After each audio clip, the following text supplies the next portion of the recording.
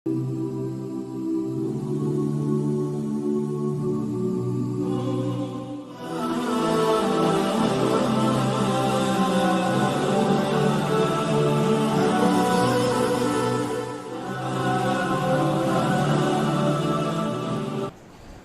سامعین کرام، عزیزان گرامی، تمام تعریفیں اس رب کائنات کے لیے سزاوار ہیں جس رب کائنات نے ہم تمام کو ایک مختصر سی زندگی دے کر دنیا میں پیدا کیا ہے۔ محرم الحرام کا مہینہ چل رہا ہے۔ اسلامی مہینوں کے اعتبار سے پہلا مہینہ ہے۔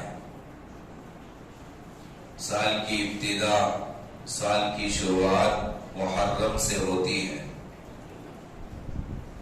اللہ تبارک و تعالی نے 4 مہینوں کو اشہر حرم قرار دیا۔ حرمت والے مہینے، احترام والے مہینے۔ قرآن میں بھی تذکرہ آیا ان مہینوں کا۔ ان عدت الشہور عند اللہ 12 شہرا فی کتاب اللہ یوم خلق السماوات والارض۔ گنتی کے اعتبار سے اللہ کے نزدیک بھی 12 ہی مہینے ہیں۔ ان عدت الشہور، گنتی کے اعتبار سے مہینوں کی عدد، تعداد، عند اللہ، اللہ کے نزدیک 12 شہرا، 12 مہینے ہیں۔ ایسا نہیں کہ ہمارے نزدیک 12 ہے، اللہ کے نزدیک 6 ہے، کسی اور کے نزدیک 14 ہے۔ قرآن کہتا ہے 12 ہی ہے اللہ کے نزدیک بھی مہینوں کی تعداد۔ اور یہ 12 مہینے جو چل رہے ہیں یہ کب سے ہے؟ اللہ قرآن میں کہتا ہے یوم خلق السماوات والارض، جس دن اللہ نے آسمانوں اور زمین کو پیدا کیا۔ 7 آسمان و زمین جس دن پیدا کیے گئے اسی دن سے یہ 12 مہینے چل رہے ہیں۔ آگے قرآن کہتا ہے منہا 4 حرم، ان 12 مہینوں میں سے 4 مہینے حرمت والے ہیں۔ کیا مطلب ہے حرمت کے؟ احترام والے، قدر والے، جن کی ویلیو زیادہ، جن مہینوں کا احترام ہوتا تھا۔ مسلمان تو مسلمان، کافر، کفار، اسلام آنے سے پہلے بھی 4 مہینوں کا احترام ہوتا تھا۔ 4 مہینے کون سے؟ ذی قعدہ، ذی الحجہ، رجب، اور یہ جو مہینہ چل رہا ہے محرم۔ ذی قعدہ، ذی الحجہ، رجب، محرم، یہ 4 مہینوں کو شریعت نے، قرآن نے اشہر حرم، احترام والے مہینے قرار دیا۔ کیسے ان کا اکرام و احترام ہوتا تھا؟ زمانے جاہلیت میں بھی، اسلام آنے کے بعد بھی۔ ایک جنگ چل رہی ہے، مہینوں سے چل رہی ہے۔ اب ان دنوں میں اگر محرم آ گیا تو جنگ بند ہو جاتی تھی۔ ان مہینوں میں جنگ نہیں ہوتی تھی، لڑائی نہیں ہوتا تھا، جھڑائی نہیں ہوتی تھی، جھگڑا نہیں ہوتا تھا۔ کیوں؟ احترام والا مہینہ ہے، جھگڑے نہیں کریں گے، جنگ نہیں کریں گے۔ تو ان مہینوں کو احترام والے مہینے قرار دیا قرآن نے، اور کفار نے بھی ان کا احترام کیا۔ ان میں سے محرم الحرام بھی ہے۔ اور عجیب چیز ہے، آپ غور کریں کہ اللہ تعالیٰ نے بھی بڑی عجیب تاریخ بنائی ہے۔ جو کچھ ہوتا ہے وہ اللہ ہی سے ہوتا ہے، کسی کے کرنے سے کچھ نہیں ہوتا، کرنے والا تو اللہ ہی ہے۔ آپ غور کریں تاریخ پر کہ سال کی جو انتہا ہے، سال کا آخری جو مہینہ ہے وہ ذی الحجہ ہے، اور سال کا پہلا مہینہ محرم الحرام ہے۔ سال کا اختتام، سال جو ختم ہوتا ہے، اسلامی سال، وہ ذی الحجہ پر ختم ہوتا ہے، اور ہمارا اسلامی سال جو شروع ہوتا ہے وہ محرم سے شروع ہوتا ہے۔ اب دیکھو، اب تاریخ پر غور کرو، سال کا آخر مہینہ بھی قربانیوں والا، اور سال کی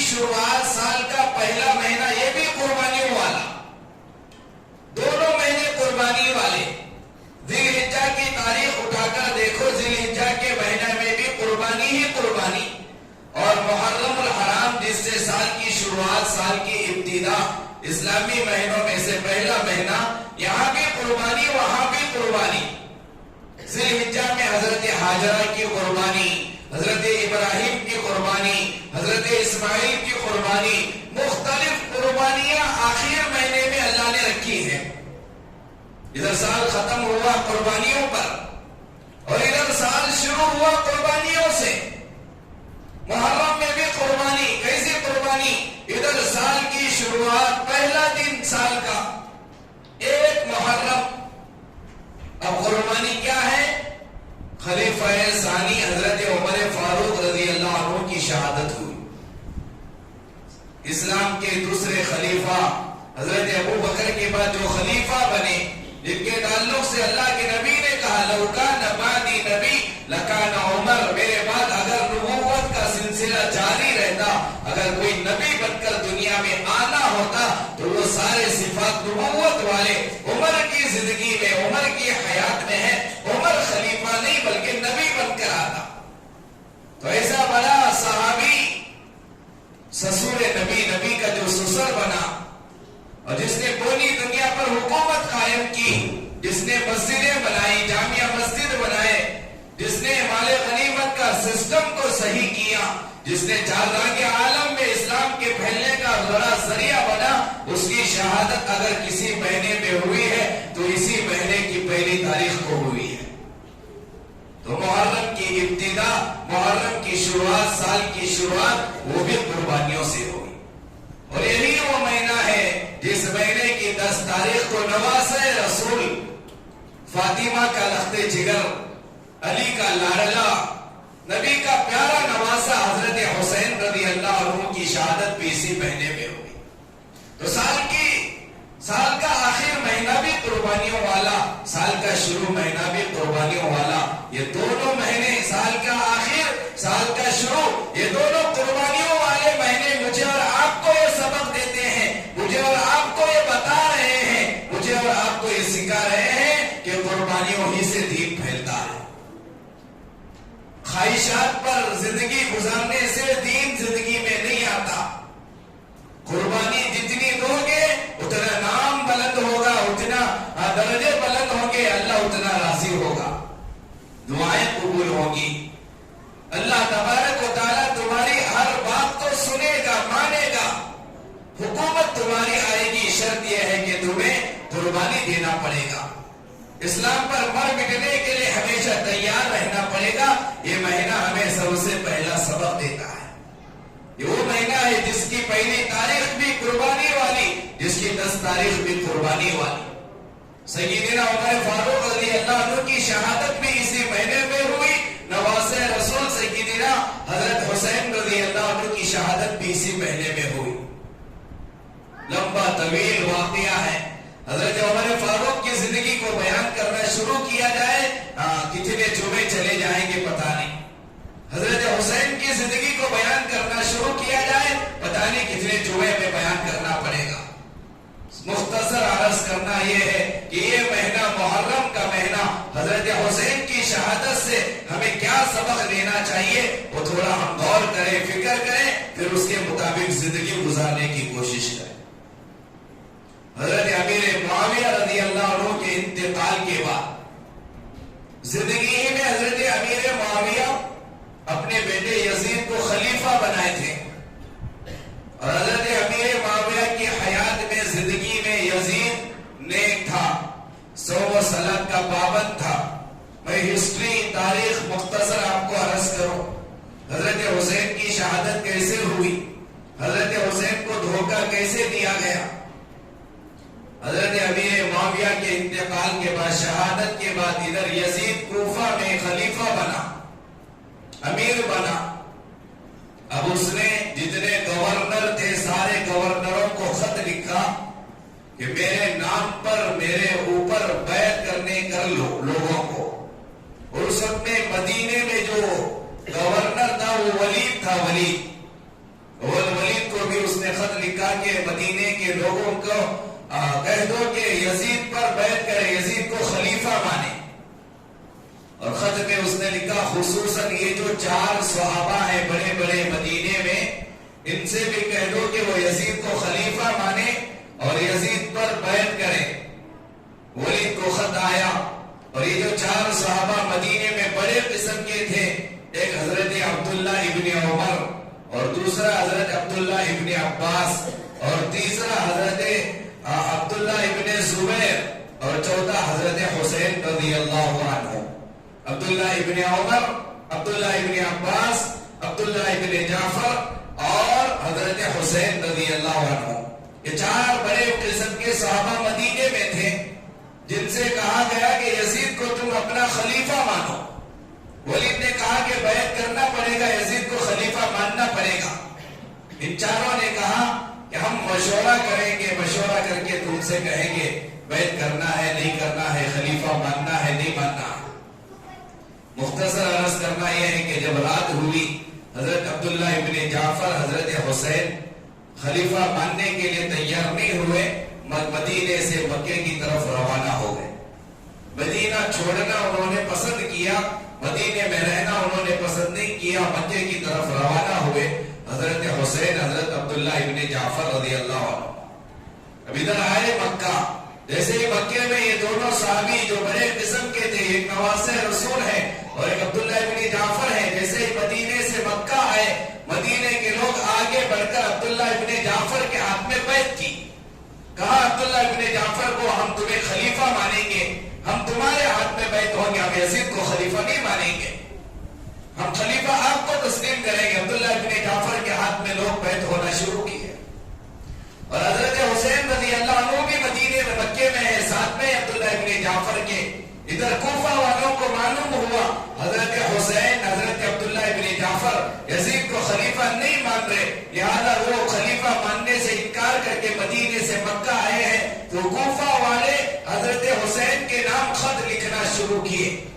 حضرت حسین کو خط آئے، حضرت حسین رضی اللہ عنہ سے خط میں لکھا کہ آپ کوفہ آؤ، ہم یزید کو خلیفہ ماننے کے بجائے آپ کو خلیفہ مانیں گے، آپ کے ہاتھ میں ہم بیعت کریں گے، آپ مدینہ مکے سے کوفہ آؤ. تاریخ میں لکھا ہے کتاب میں 12,000 خط حضرت حسین کے نام پر آئے. 12,000 خط حضرت حسین کے پاس آئے، بوریوں میں بھر بھر کر خط بھیجے جاتے تھے کوفہ سے حضرت حسین کے نام. اور حضرت حسین نے خطوں کو دیکھا کہ اتنے سارے خطوط آئے ہیں اور کوفہ والے میرے ہاتھ پر بیعت کرنے کے لیے تیار ہیں. تو حضرت حسین کا ارادہ ہوا مکے سے کوفہ جانے کا، وہاں جانے کا ارادہ ہوا. اتنے لوگ میرے ہاتھ پر بیعت کرنے کے لیے تیار ہیں، چلو بھائی کوفہ چلا جاؤ. اب ادھر نیت ہوئی حضرت حسین کی کوفہ جانے کی. ادھر دیکھیں ابھی بارش آتے رہتا، بیان نہیں ہوتا، بار بار سنو. تو کوفہ جانے کے لیے حضرت حسین تیار ہوئے. کوفہ والوں کی غداری، کوفہ والوں کی بے وفائی پہلے سے مشہور تھی. حضرت علی کو انہوں نے دھوکہ دیا تھا، حضرت حسین کے بھائی حضرت حسن کو انہوں نے دھوکہ دیا تھا. حضرت حسین جب تیار ہوئے، حضرت عبداللہ ابن جعفر رضی اللہ عنہ، حضرت عبداللہ ابن عباس رضی اللہ عنہ، حضرت عبداللہ ابن عمر رضی اللہ عنہ یہ حضرت حسین کی خدمت میں آئے اور آ کر حضرت حسین کو سمجھایا کہ آپ کوفہ نہ جاؤ، کوفہ کے لوگ غدار ہیں، بے وفا لوگ ہیں، وہ آپ کے ساتھ غداری کا معاملہ کریں گے، وہ وعدہ خلافی کریں گے. سمجھایا. حضرت حسین نے کہا کہ اتنے سارے خطوط آئے ہیں، 12,000 خطوط حضرت حسین کو آئے تھے. حضرت حسین نے کہا کہ نہیں، میں تو چاہوں گا، وہاں کے لوگ مجھے خلیفہ ماننے کے لیے تیار ہیں، مجھے وہاں جانا پڑے گا. حضرت حسین تیار تھے جانے کے لیے. اب انہوں نے منع کیا، ماننے کے لیے تیار نہیں. تو حضرت عبداللہ ابن عمر غالباً حضرت حسین سے کہا چلو ایک کام کرو، تم اگر جانا ہی چاہتے ہو تو جانے سے پہلے یہ جو تمہارے چچا زاد بھائی ہیں مسلم بن عقیل رضی اللہ عنہ، جو حضرت حسین کے چچا زاد بھائی تھے، تو حضرت حسین سے کہا عبداللہ ابن عمر نے، یہ جو تمہارے چچا زاد بھائی ہیں مسلم بن عقیل، پہلے انہیں بھیجو کوفہ، وہاں جا کر وہاں کے حالات معلوم کریں، وہاں کے حالات کو سمجھیں، واقعی وہ لوگ بیعت کرنے کے لیے تیار ہیں یا نہیں ہیں، یا ایسے ہی دھوکے کے لیے تمہیں بلا رہے ہیں. حالات جاننے کے لیے، حالات معلوم کرنے کے لیے مسلم بن عقیل کو پہلے کوفہ روانہ کرو. حضرت حسین کو ان کی رائے، ان کی بات پسند آئی. حضرت حسین پہلے مسلم بن عقیل کو وہاں بھیجا. مسلم بن عقیل چلے کوفہ حالات معلوم کرنے کے لیے. حضرت حسین مکے میں ہیں. ابھی مسلم بن عقیل گئے کوفہ میں داخل ہوئے, وہاں کے حالات سازگار تھے. لکھا ہے 12,000 کوفی حضرت مسلم بن عقیل کے ہاتھ پر بیعت کیے. 12,000 کوفیوں نے آ کر حضرت مسلم بن عقیل سے کہا کہ ہم تمہارے ساتھ ہیں. حضرت حسین تمہارے بھائی کو خط لکھو کہ وہ بھی آ جائیں کوفہ, ہم انہیں بھی ساتھ دیں گے, ان کے ہاتھ پر بھی بیعت کریں گے. ایک روایت کے مطابق 12,000 کوفیوں نے بیعت کی اور ایک روایت کے مطابق 18,000 کوفیوں نے بیعت کی. حالات تو سازگار تھے. 12,000 کوفیوں نے بیعت کی تھی مسلم بن عقیل رضی اللہ عنہ کے ہاتھ پر. تو مسلم بن عقیل نے خط لکھا حضرت حسین کو, کہا کہ یہاں کے حالات سازگار ہیں, تم کوفہ آ سکتے ہو, یہ لوگ تمہیں تمہارے ہاتھ پر بیعت کرنے کے لیے تیار ہیں, تمہیں خلیفہ ماننے کے لیے تیار ہیں, لہذا مکہ چھوڑ کر کوفہ تشریف لاؤ. ادھر حضرت حسین کو خط پہنچا. حضرت حسین نے سمجھا کہ حالات صحیح ہے, چلو نکلتے ہیں. ادھر حضرت حسین نکلے تو حضرت حسین کے ساتھ حضرت حسین کے خاندان والے بھی تیار ہوئے. اگر تم جا رہے ہو تو تمہارے ساتھ ہم بھی آئیں گے. تو 150 کا قافلہ تیار ہوا. حضرت حسین کی بہن حضرت زینب, حضرت حسین کی اولاد علی اکبر, علی اصغر, حضرت حسن کی اولاد, حضرت مسلم بن عقیل کی اولاد, وہ سارا خاندان جو رشتہ دار تھے حضرت حسین کے, جو نبی کے رشتہ دار تھے, نبی کی اولاد تھی, وہ سارے تیار ہوئے. 150 آدمیوں پر مشتمل وہ قافلہ کوفہ کے لیے نکلا. اور جو نکلے ہیں تو صرف 40 لوگوں کے پاس سواری تھی. 40 لوگ گھوڑ سوار تھے, اونٹ سوار تھے, بقیہ پیدل تھے. یہ 150 کا قافلہ حضرت حسین کے ساتھ چل پڑا. 40 لوگ سوار ہیں, بقیہ پیدل ہیں. تفصیل میں جانا نہیں ہے. اب جیسے ہی یہ مکے سے نکلے کوفہ کی طرف, اب وہاں جو کوفہ میں پہلے سے مسلم بن عقیل گئے ہوئے تھے, اب وہاں یزید خلیفہ کو معلوم ہوا مسلم بن عقیل کوفہ آئے ہیں اور 12,000 کوفیوں نے مسلم بن عقیل پر ہاتھ رکھ کر بیعت کیا ہے, ساتھ دینے کا اعلان کیا ہے. اوہو, یزید کو غصہ آیا, ماحول بگڑ رہا ہے, اب میری خلافت ختم ہو جائے گی. تو کوفہ کا جو گورنر تھا وہ صحابی رسول تھے, حضرت نعمان بن بشیر رضی اللہ عنہ, جو کوفہ کے گورنر تھے. اب یزید نے گورنر چینج کیا, بدلا اس نے. نعمان بن بشیر جو صحابی رسول تھے, نیک تھے, وہ تو صحابی تھے, نیکی کی کیا بات کرنا, وہ تو صحابی رسول تھے. نعمان بن بشیر کو گورنری سے ہٹایا, کوفہ کی گورنری سے یزید. ان کے جگہ ظالم کو گورنر بنایا. جو کرب و بلا کا جو واقعہ جو پیش آیا, اہم جو ظالم ہے وہ کوفہ کا گورنر نعمان بن بشیر کے جگہ جو بنا, جس کا نام عبید اللہ بن زیاد ہے. یہ بڑا ظالم تھا, زانی تھا, بدکار تھا, فاسق و فاجر تھا, ہر گناہ کرنے والا. عبید اللہ بن زیاد, نعمان بن بشیر کو ہٹایا گیا کوفہ کے گورنری سے, نعمان بن بشیر کے جگہ عبید اللہ بن زیاد کو گورنر بنایا گیا. اب یہ جیسے ہی گورنر بنا اور اس سے یزید نے کہا کہ دیکھو یہ فتنہ ختم ہو جائے, مسلم یہ جو حضرت حسین پر بیعت کرنے کے لیے کوفہ والے تیار ہیں, انہیں روکو. مسلم بن عقیل پر جنہوں نے بیعت کی ہے ان سے بھی کہہ دو کہ دور ہو جائیں. اور عبید اللہ بن زیاد کوفہ کا گورنر بنا, اور جیسے ہی گورنر بنا, لکھا ہے کتاب میں کہ اس نے نقاب پہن کر پورے کوفہ کا چکر لگایا. ادھر چکر لگا کر اعلان کیا کہ جو بھی مسلم بن عقیل کو ساتھ دیے ہیں اور جو بھی مسلم بن عقیل کے ہاتھ پر بیعت کیے ہیں وہ مسلم بن عقیل سے دور ہو جائیں. اگر مسلم بن عقیل رضی اللہ عنہ سے دور نہیں ہوں گے, لہذا میں انہیں قتل کروں گا, انہیں میں ماروں گا, قتل کروں گا. کوفہ میں اعلان ہوا, کوفہ والے ڈر گئے.